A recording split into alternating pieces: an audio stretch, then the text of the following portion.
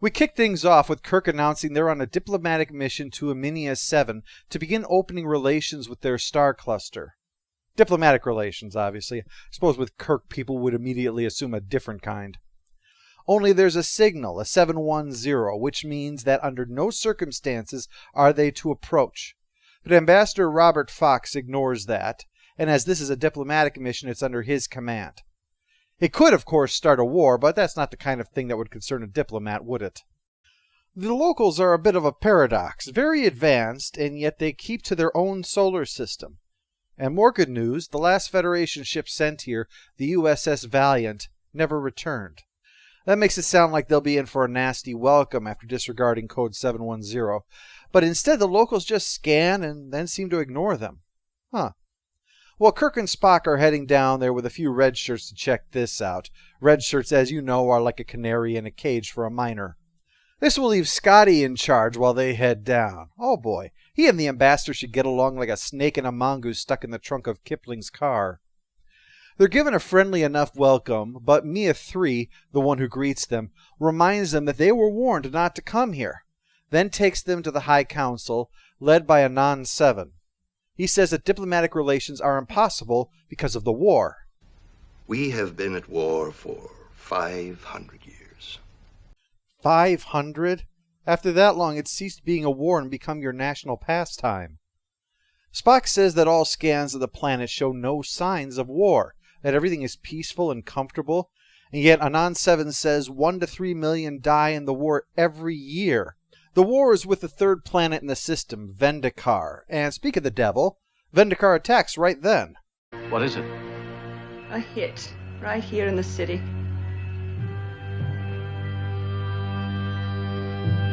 Do you hear any explosions, Mr. Smith? None, Captain. It brings a whole new meaning to silent but deadly. There's absolutely no sign in any form of an attack, despite the assertion that fusion bombs are going off, which usually tend to make themselves known in some way. If your bomb doesn't really do anything, it's not really a bomb, it's just a very expensive finger wag. Check troubleshooting here. The bomb has power but will not detonate. Bomb will detonate but people aren't dying. It's a vicious attack. Extremely destructive. Fortunately, our defenses are firming, but our casualties are high. Very high. Sir. The only thing high is you. Spock finally figures it out. The entire war is fought by computer simulation, not by firing actual weapons. Computers don't kill 500,000 people. You obviously never saw Windows Vista. Anan 7 explains that to ensure the survival of their civilization after centuries of such intense war, the only way to do it was to run these computerized attacks, and to then have the fatalities disintegrated afterwards to show the casualty outcome of the attack if it were real. This allows their way of life to go on without leaving them in ruins, to have their culture annihilated along with their people. Individuals die, but society goes on. Spock points out there is a logical basis for their reasoning. There is a certain scientific logic about it. I'm glad you approve. I do not approve. I understand. That's what makes Spock the smart one, the ability to comprehend the rationale, the true rationale and not a straw man, behind an idea that he disagrees with. He can see how this prevents the annihilation of history, the genetic scarring of the population, the secondary effects of radiation, disease, and starvation. But that doesn't mean he thinks it's a good thing to march people into a disintegration chamber and kill them. It's like if the choice is made between living people and timeless parts of our heritage. On the one hand, a thing is still just a thing. But on the other, would we deny all future generations, say, the contents of the National Archives, or the pyramids, or the Taj Mahal, to have all that culture wiped away forever, so that in the future all they look back on is emptiness for the sake of a few lives that were lost decades or centuries before? Now, in my opinion, a living person still trumps an object. But like Spock, I can understand why someone might feel that way, even as I disapprove. Which is why Spock really isn't going to approve of what follows. Anan 7 says that by entering the system, they became part of the war simulation. And according to that, Their ship was destroyed. So the entire crew of the Enterprise needs to come down here and get disintegrated. Or else it will be a serious faux pas. Our heroes are tossed in a room, comfortable but under guard, and Kirk naturally lays into Mia 3 when she shows up. Your duty doesn't include stepping into a disintegrator and disappearing. I'm afraid mine does, Captain. I too have been declared a casualty. I must report to a disintegrator by noon tomorrow. Well, at least you can sleep in before the execution. And why are you still at work, anyway? If I was dying tomorrow, the last thing I'm doing is spending my precious last hours getting yelled at by someone I don't know. She explains that she might not want to die, but if enough of them refuse, then the system would collapse, and the weapons wouldn't be in simulated attacks anymore, but real bombs falling, which is horrifying to think about. Meanwhile, Bones is annoyed with Scotty that they've lost contact with the away team. Well, we can't just sit here. What would you suggest? Me, I'm a doctor. If I were an officer of the line, Would you have me open fire? Of course not. I'm used to just grumbling and having Kirk or Spock ignore me. They're relieved when a message comes in from the captain, telling them that the mission was a resounding success. In fact, so successful that everyone is invited down for shore leave. Bones says it sounds a little strange, but Scotty knows something is up. Oh yes. Probably the part about wearing their most easily disintegrated bathing suit tipped him off. Sure enough, the computer confirms that the voice was duplicated. So they evaded the trap, but the question is, how do they help rescue the others? We pick up with their plan, already in progress and without context. Well, they've got them, Doctor. And now they're trying to get us. Are you sure you can do it, Mr. Spock? I could, but I fail to see how my ventriloquism will get us out of this one. Spock manages to pull something close, though. He uses his Vulcan telepathy to plant the idea in the guard's head that the prisoners have escaped, so that the guy comes in and gets ambushed. They escape and discover what's happening.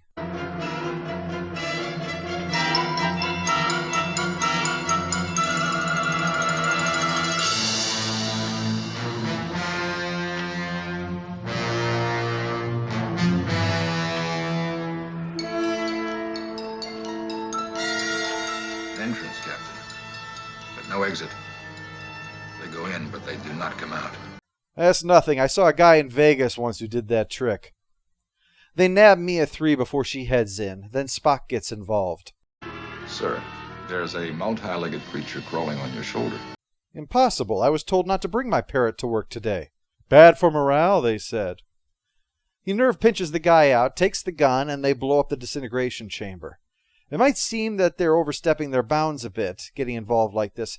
But remember, these things are to be used to execute Kirk's crew. Destroying the machines first is a good way to protect them. Plus, it will address the larger problem, eventually. And shooting things, of course, is their own reward. The High Council is none too pleased, so if the Enterprise crew won't cooperate, they'll eliminate them the old-fashioned way. They fire planetary disruptors. Extremely powerful sonic vibrations. But there's no sound in space. Must be a different meaning, otherwise the intensity would be measured in decibels, and that's... Decibels, 18 to the 12th power. Well, never mind then. I guess in space, nobody can hear you scream, "That's stupid!" Scotty's not too happy and plans to drop some photon torpedoes on them to remind them who the big swinging dick is around here. But Ambassador Fox comes in and torpedoes the plan instead. Apparently, he's got everything riding on this mission because he won't budge an inch, insisting that this is a misunderstanding. And even if it isn't, the Enterprise is expendable in completing this mission. Diplomats.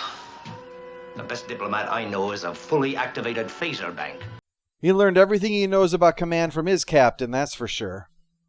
Down below, they return to the room where they were being held, under the reasoning that it's the last place anyone would check, and besides, we built the set anyway.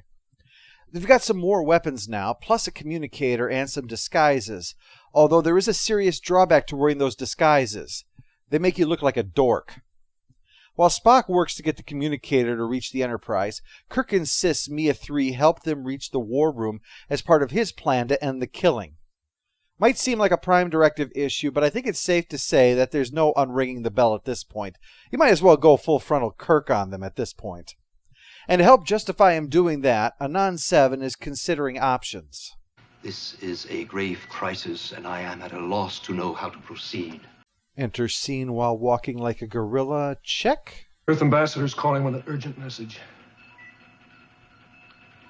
What is the greater morality? Open honesty or a deception which may save our lives? Since you already tried deception once, I think you've already made up your mind.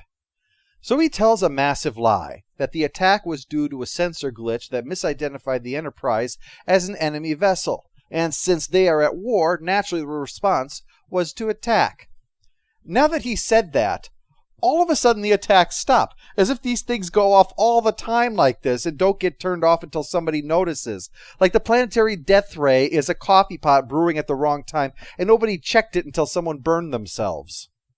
The ambassador buys this completely and plans to beam down to discuss the issues, but the real plan will be to fire once the shield goes down for transport. And of course, this guy is going to be executed. Diplomacy, gentlemen, should be a job left to diplomats. Not that we'll be shedding many tears when it happens.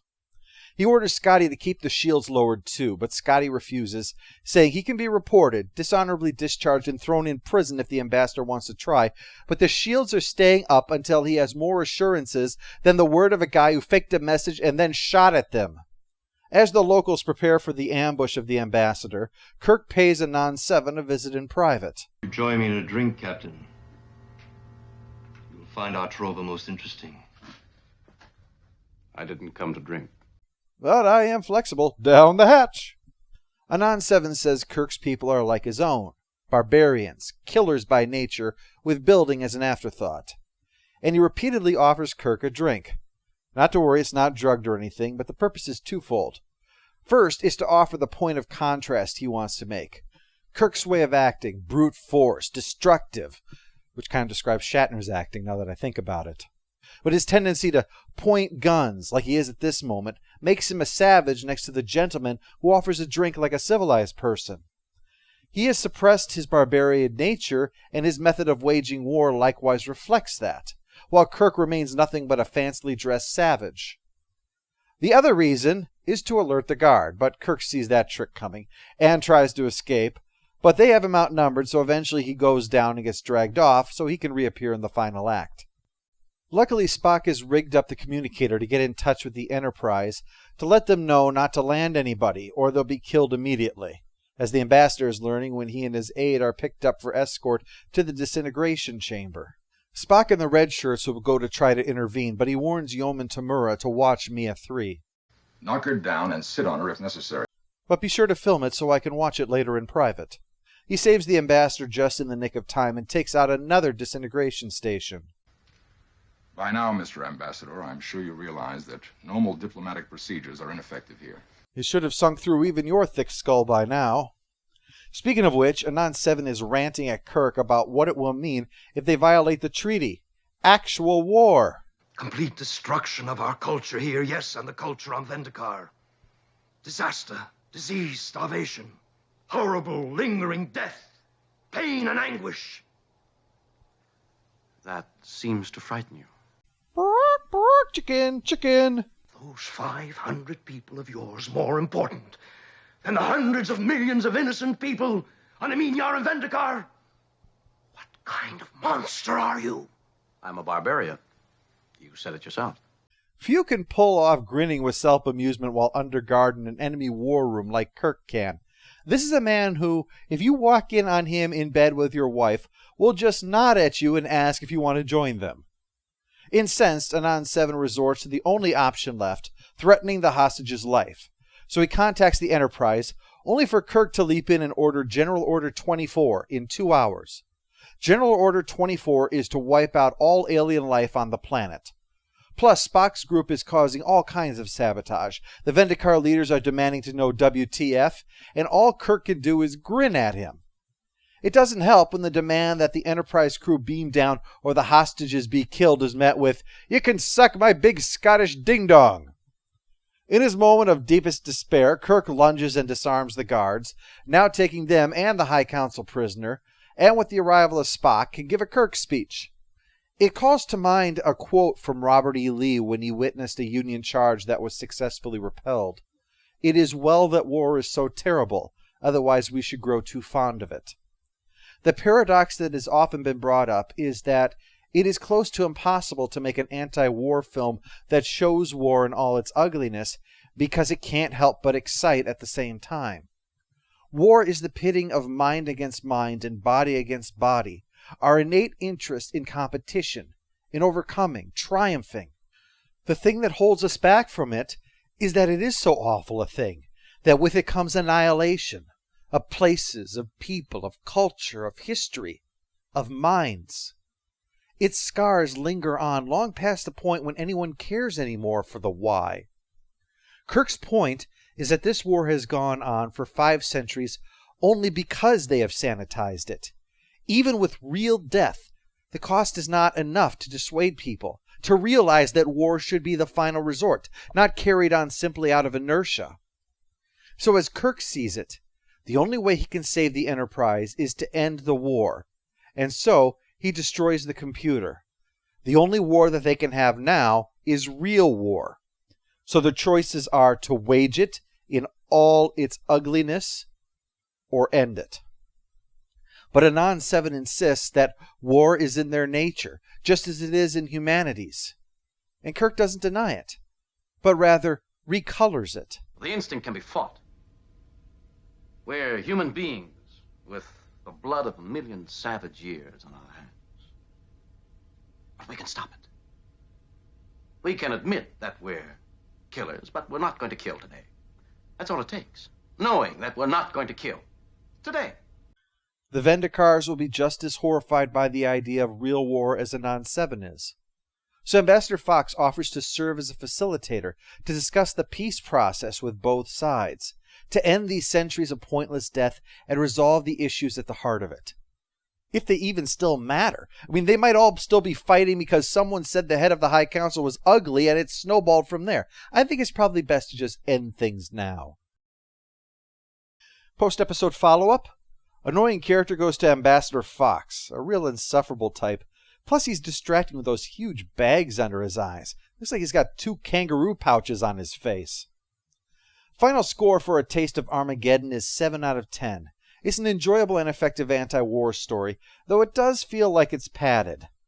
The script needed huge reworking, so it's easy to see how this happened.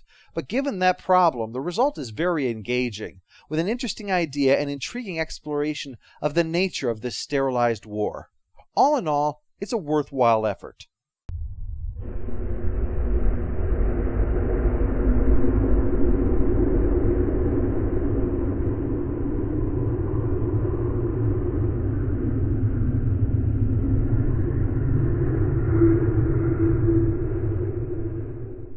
All hail the Overlord! All hail the Overlord!